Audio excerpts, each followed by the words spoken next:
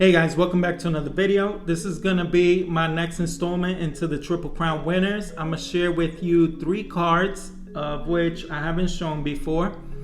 And I'm gonna start things off with the 1901 Triple Crown winner that goes by the name of Lajoie.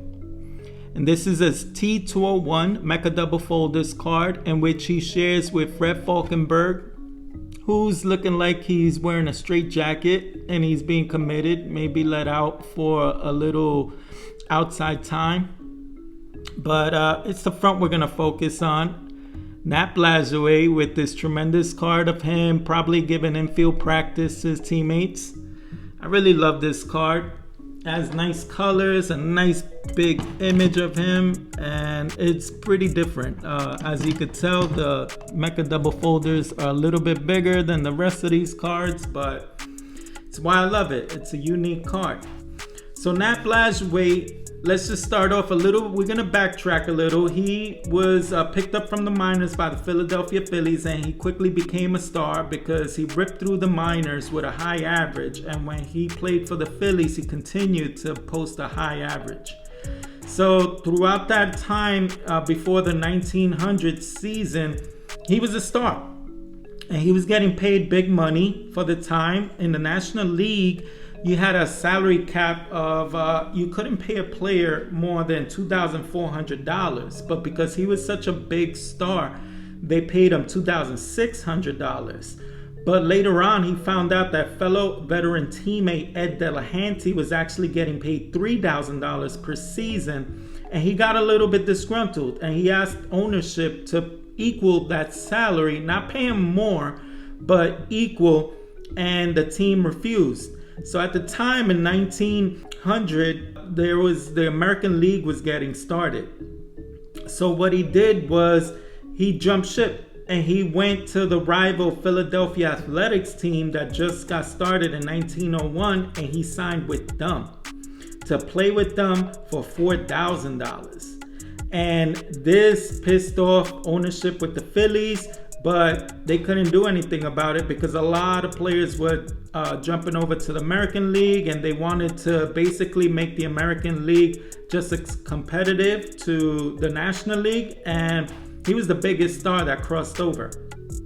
So he proceeded to basically bludgeon the American League because along with putting up a .426 average, 14 home runs, and 125 RBIs, which stands now as the average leader in all time. In the American League, no one has done better. Only Rogers Hornsby with a .424 average is second place to that .426 average, but it's not as respected widely because he did it to inferior pitching at the time because the American League was just starting. So the quality of players at that time, it was subpar.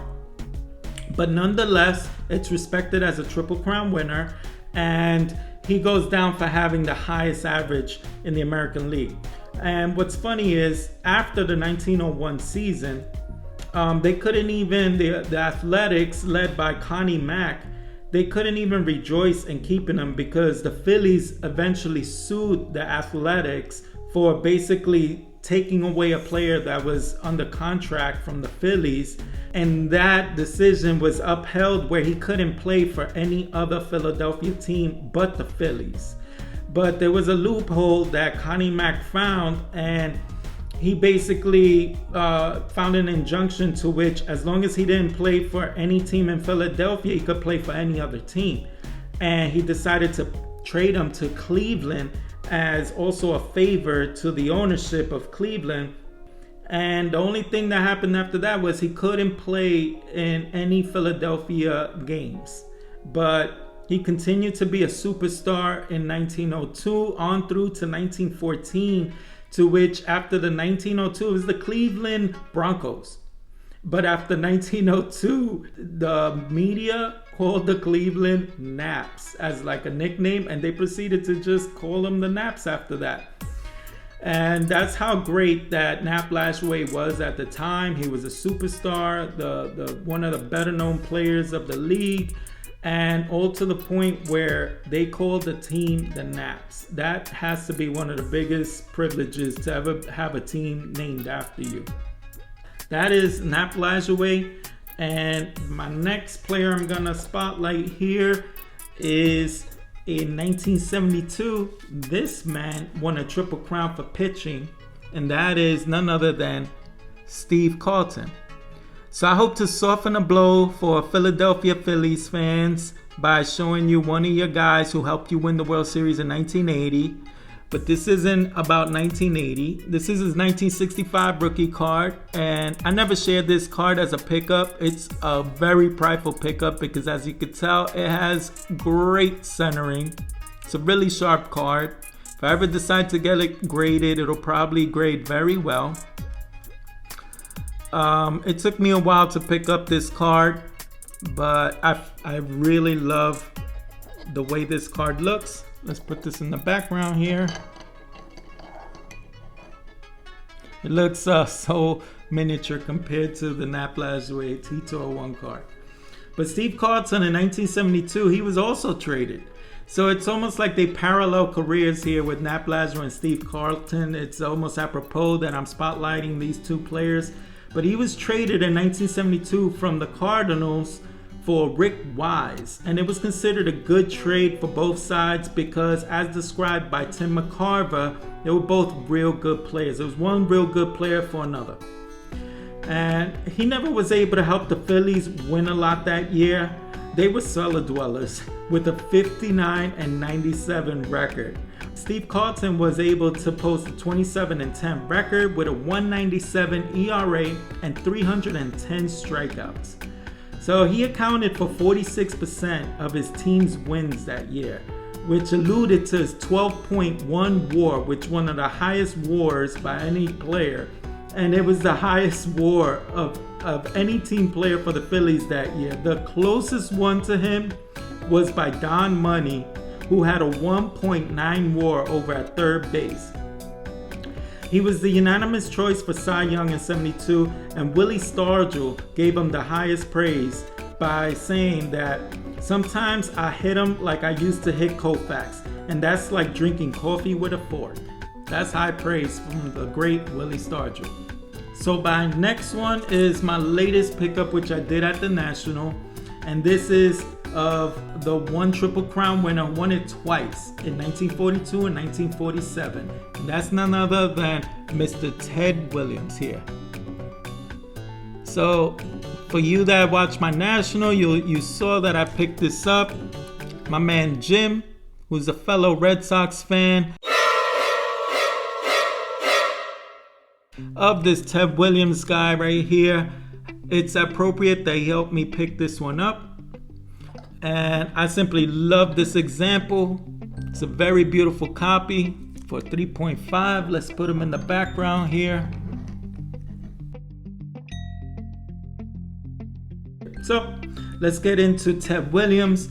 Ted Williams was a hard luck Triple Crown winner twice in 42 and 47. The reason why I'm going to say that is because in 1942, he was considered, a tough pill to swallow when it came to our country being at war in World War II. So just to say, he was drafted, put into Class 1A by the military, and upon suggestion from a close friend, he suggested he should argue that ruling by reclassifying as a 3A, which protects you from serving as being the sole supporter for your mother and household. 10 days later, it was approved, and upon approval, Williams suffered lots of backlash from the public, and including his sponsor, Quaker Oats, who stopped sponsoring him and dropped him.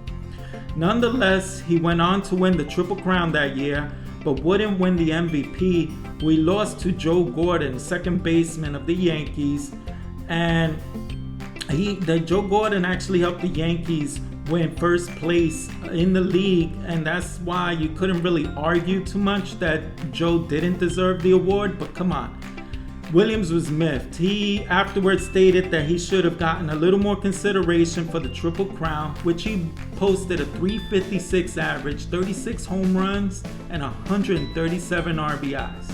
Joe Gordon, in comparison, batted .322, 18 home runs, and 103 RBIs, which were pretty great for a second baseman at the time, but not that close. And he alluded to that reasoning why I didn't get more consideration, he said, was because of the trouble I had with the draft board. It is what it is. The country was very patriotic at a time. After Pearl Harbor, everyone wanted to go out there and defend their country. And I don't know. He suffered a little bit of slings and arrows at the time because of his decision to go into classification of 3A, but he did serve. He was an ace pilot, so let's give him his due. He served with the Navy, if I remember correctly, and he was a great fighter pilot.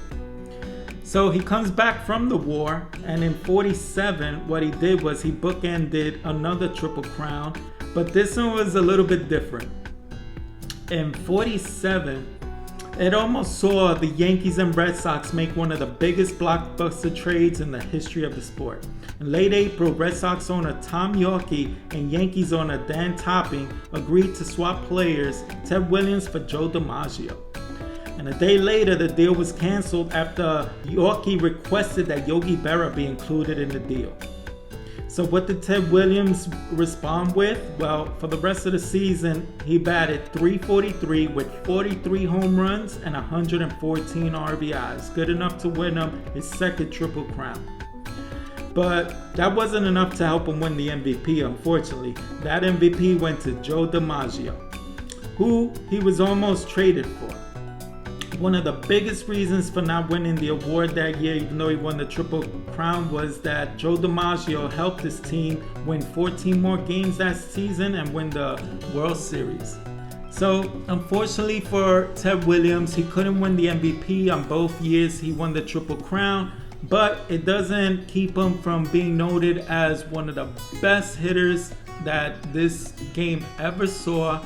So with all that being said, it's time to check off some names here. I got my list. Let me get my pen. So we got to check off Ted Williams. We have to check off Nat Lajoie, and we have to check off Steve Carlton. Let me do that real quick.